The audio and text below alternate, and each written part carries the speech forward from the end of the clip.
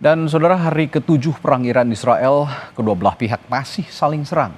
Lalu bagaimana sebenarnya kekuatan militer kedua negara dan bagaimana strategi mereka memenangkan perang ini? Kita ulas bersama praktisi pertahanan militer dari Lembaga Kajian Pertahanan Strategis KRIS, Adrianus Prisma. Silakan Mas Adrianus Prisma, selamat malam. Ya, selamat malam. Baik, ini dalam perang kali ini salah satu yang banyak jadi sorotan adalah sistem udara. Pertahanan udara ya dari Israel maupun juga Iran.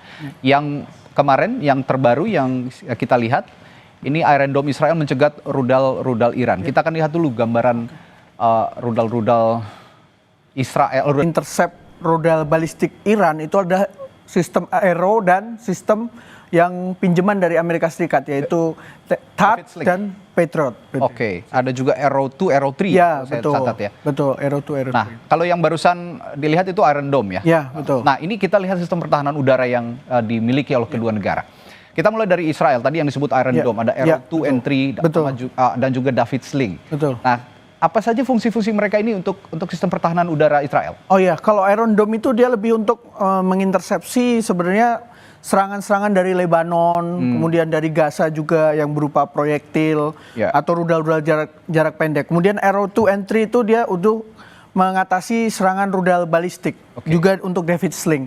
Jadi kalau rudal balistik itu dia trajektornya sangat tinggi sampai ke luar atmosfer. Jadi dia membutuhkan sistem intersepsi yang jaraknya lebih jauh, ketinggian lebih jauh begitu. Oke. Tapi apakah ada kelemahan spesifik dari 3 sistem pertahanan udara Israel ini? Dari Iron Dome, Arrow 2 and 3, dan David Sling ini? Ya, tentu saja yang paling pertama menjadi kelemahannya adalah ketika terjadi saturation attack.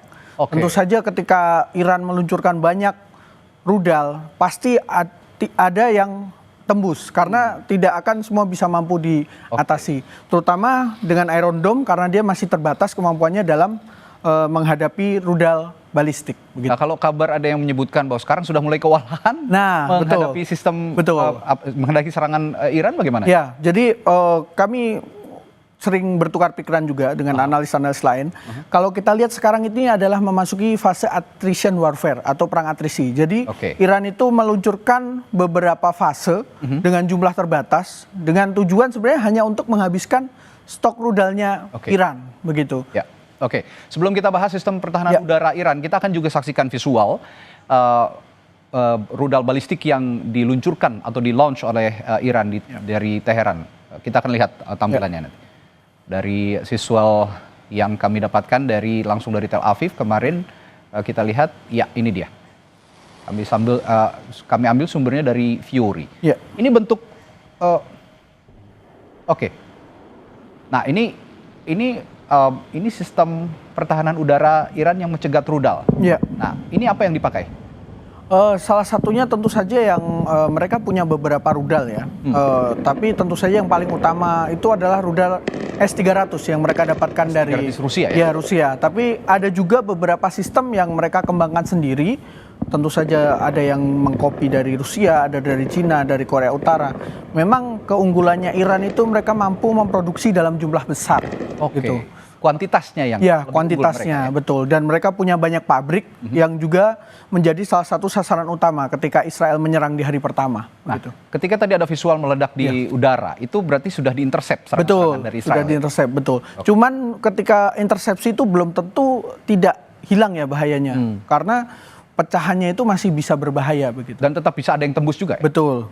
Nah ini tadi yang kita bahas, S-300 dan Bafar 373. Kalau tadi Mas Prima sudah menjelaskan S-300. Bagaimana dengan Bafar 373? Bafar 373 ini adalah salah satu kreasi mereka ya. Jadi memang salah satu ciri khasnya Iran itu dia banyak produksi dalam negerinya. Jadi karena mereka di tengah kondisi himpitan embargo gitu, temannya sedikit, jadi mereka memproduksi salah satunya adalah Bafar 373 ini.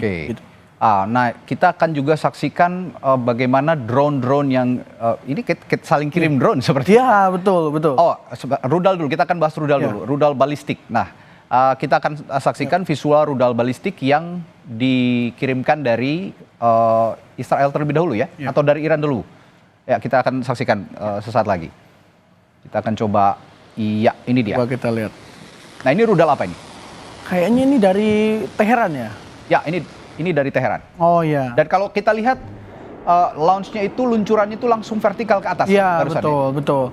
Jadi Iran itu belakangan sudah ada bukti-bukti dari analis menyimpulkan bahwa mereka sekarang sudah mulai menggunakan rudal Fatah. Rudal Fatah itu rudal hypersonic mereka yang terbaru. Sebelumnya beberapa analis menyimpulkan sepertinya jangkauannya kurang jauh. Tapi ternyata sudah mulai ada bukti bahwa rudal Fatah itu digunakan. Gitu. Oke. Ada juga kalau yang saya lihat Emad, Ghadar, Khaibar, Sekhan itu sama canggihnya dengan Fatah.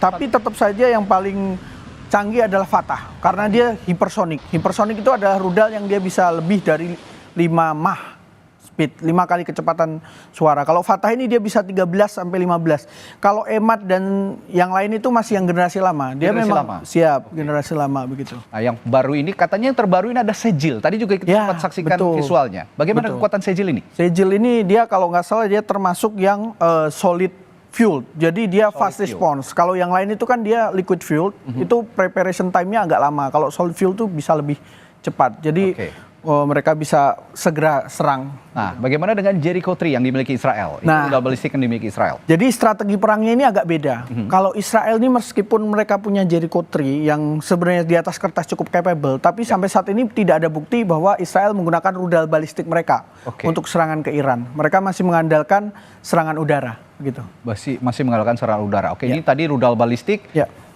Dan terakhir nanti kita akan lihat juga drone. Ada saling kirim drone juga. Saling kirim drone, betul. Kami punya, kami punya datanya. Kita mulai dari Israel terlebih dahulu. Ada Aitan dan Heron. Bagaimana kekuatan drone Israel ini? Nah, kalau drone ini kita membahasnya agak sedikit berbeda ya, karena Israel itu drone-nya itu lebih untuk surveillance. Surveillance. Ya, memang tidak ada mereka yang drone yang mereka menyerang ya? Mampu untuk menyerang, tetapi kebanyakan yang dilihat dari rekaman-rekaman yang ada yang terbang di atas Teheran itu kebanyakan Heron, Hermes, Eltan gitu. Nah, dan yang dimiliki Iran, sedangkan yang dimiliki Iran ini drone-drone Shahed 129, 136 dan Mohajer ya? Ya, betul. Shahed ini kan yang banyak juga mereka kirim ke Rusia untuk menyerang Ukraina ya. Ya, betul. Jadi ini salah satu drone yang sebenarnya cukup berpotensi untuk merusak. Jadi kalau Iran itu dia menggunakan drone itu untuk menyerang.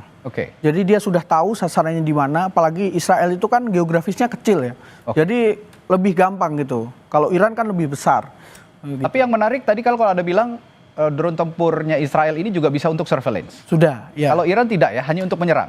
Ya, kalau dilihat dari penggunaannya saat ini bahkan belum ada bukti yang menyatakan Mohajer banyak digunakan. Mungkin baru 1-2 lah gitu. Kalau melihat tadi Israel bisa surveillance dan menyerang, lalu Iran hanya menyerang, melihat pertempuran kali ini antara Israel dan Iran, sebenarnya mana yang lebih unggul untuk teknologi drone-nya? Kalau kita mau ngomong secara ini ya, kita coba imparsial ya. Saat ini memang Israel sudah memiliki keunggulan udara. Makanya drone-drone surveillance mereka itu bisa dengan bebas berterbangan di atas Teheran. Tapi kemarin Iran sukses menembak satu Hermes. Baik. Selanjutnya kita akan lihat pesawat tempur yang dimiliki oleh Israel. Kita akan lihat dulu visual dari pesawat tempur Israel yang kami miliki. Kita akan tampilkan sesaat lagi. Iya, ini dia. Nah, ini pesawat apa ini, Mas? Sebentar. Ini gambar resmi dari Idean yang F-15 ini. Ya, ini F-15 ya. Betul. Tentu saja pabrikan Amerika. Ya, kekuatannya bagaimana F-15 ini? Wah, mereka itu kalau boleh dibilang dari sisi kalau ini F-16 ini. Ini F-16. Tadi F-15 ya. Tadi F-15. Jadi mereka mengandalkan pesawat buatan Amerika, F-16, Suva, kemudian F-15D, serta F-35. Tapi satu yang harus kita pahami, versi mereka itu beda sendiri. Jadi mereka memiliki kebebasan, diberikan kebebasan oleh Amerika supaya bisa mengotak-atik dengan ininya sendiri.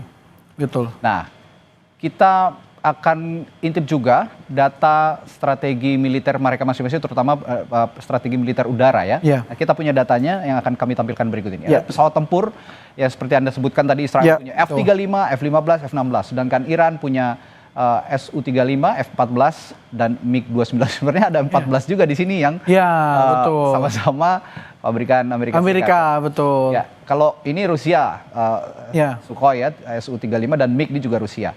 Kalau melihat komposisi dua pesawat tempur yang dimiliki masing-masing negara dalam pertempuran atau konflik yang terjadi di Israel dan Iran kali ini, bagaimana kekuatan? Ya, sebenarnya seperti saya sebutkan tadi ya, sebenarnya kalau kita berbicara secara objektif, Israel itu sudah meraih keunggulan udara. Keunggulan udara.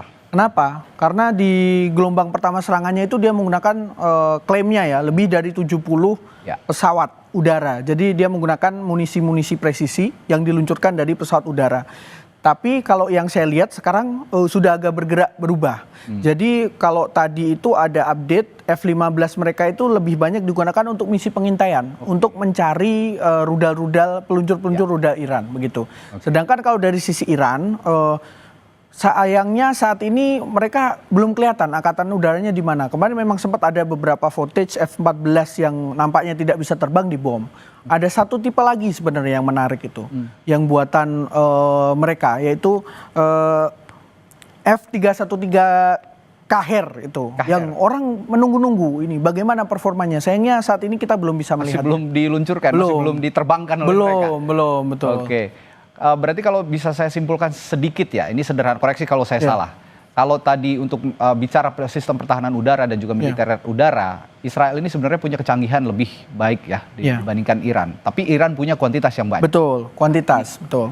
Kalau begitu strategi dengan kalau kita bicara kecanggihan dan kuantitas, strategi militer mereka ini bagaimana kalau lihat head to head-nya? Kalau kita seperti saya sampaikan tadi, ini sudah masuk fase perang atrisi, di mana dua-duanya itu tahan-tahanan. Tentu saja Israel ini karena dia kecil, dia kena saturation attack, pasti dia waktunya itu akan terbatas. Stok rudalnya dia, pertahanan udaranya pasti terbatas. Jadi memang sepertinya mereka berusaha gimana caranya mengajak Amerika gabung ke dalam peperangan ini. Nah, ada yang menarik, Bung Prima. Ada yang menyebut juga kekuatan Iron Dome yang sudah kita bahas tadi itu hanya bertahan 12 hari, sedangkan kita sudah masuk hari ke-7. Betul. Gimana nih untuk menjelaskan hal ini? Sudah banyak analis yang menyampaikan bahwa Iron Dome, Arrow, THAAD, kemudian Patriot, mereka itu hanya akan bertahan sampai 15 hari. Oke. Itu kenapa? Karena memang sebagian besar kapasitas produksi mereka terbatas, yang dua mereka masih tergantung rudal yang dipasok dari Amerika. Betul. Nah, makanya belakangan ini kita mulai lihat gelombang pesawat tanker dan pesawat angkut dari Amerika itu bergerak menuju Middle East. Nah, biasanya itu membawa rombongan pesawat tempur juga. Cuman kan kita cuma bisa lihat sana. Kalau melihat dukungan yang diberikan proksi-proksi mereka, baik Amerika dan juga Rusia, dalam hal ini sistem pertahanan udara, perang ini masih akan lama berkecamuk. Menurut Anda masih panjang rentangnya? Kalau menurut saya ini tergantung bagaimana Presiden Donald Trump. Dengan analisisnya luar biasa malam hari ini di Sapa Indonesia Malam, nanti kita akan bicara masih panjang sepertinya untuk mengulas bagaimana pertempuran militer yang terjadi antara Israel dan Iran. Terima kasih Bung Adrian, praktisi pertahanan yang sudah dihadir di Sapa Indonesia Malam. Dan saudara, masih akan ada informasi menariknya setelah jeda di Sapa Indonesia Malam, jadi tetaplah bersama kami.